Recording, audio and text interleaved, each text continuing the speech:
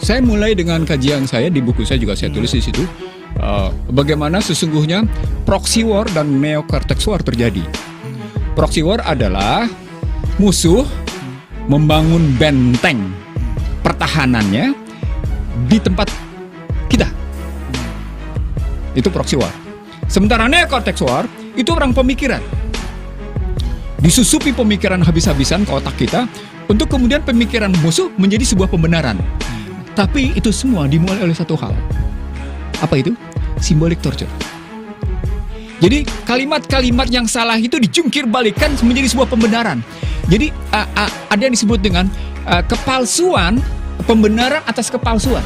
Pembenaran atas kepalsuan, pembenaran atas, dan itu symbolic torture modelnya. Dalam teori ini dilakukan oleh Bourdieu posisinya. Bagaimana symbolic torture itu dilakukan sedemikian rupa dalam rangka mencuci otak seseorang sehingga seluruh kepalsuan adalah sebuah kebenaran.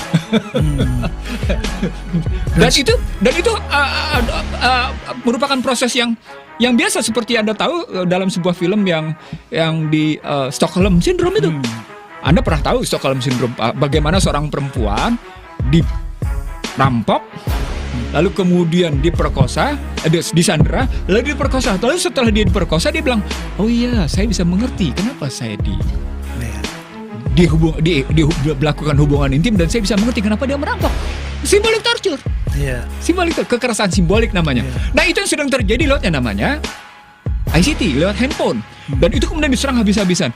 Itulah yang kemudian memperkuat hilangnya keteladanan. Jadi situasi yang muncul baik di dunia internasional maupun di Indonesia itu yang disebut dengan miskinnya keteladanan. Kita tidak punya lagi negarawan, gitu ya. Kita banyak politisi. Artinya apa? Orang yang selalu berebut pada kekuasaan dan kekayaan, tapi orang tidak pernah berpikir tentang nilai-nilai kemanusiaan pada bangsa.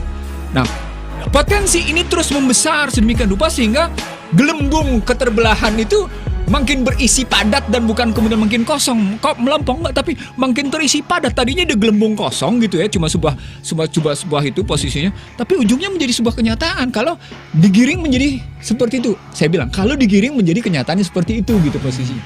Nah, ini ancaman sesungguhnya. Sekarang pertanyaan besarnya menjadi begini, Bung Gigen. Siapa sesungguhnya keteladanan kita di tengah seperti ini?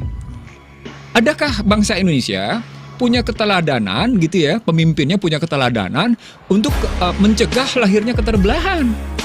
Di tengah yang namanya beberapa negara memang menghendaki Indonesia terpecah belah. Untuk wilayah timur misalnya, siapa yang harus menguasai? Untuk wilayah barat siapa? Untuk wilayah tengah siapa? Minimal pada 3. Ada yang menyebut sampai dengan dibagi 5. Artinya potensi disintegrasi dengan picu keterbelahan itu sudah di depan mata kalau kayak gini caranya. Maka dibutuhkan sesungguhnya para pemimpin yang arif bijaksana yang menyatukan bangsa Indonesia.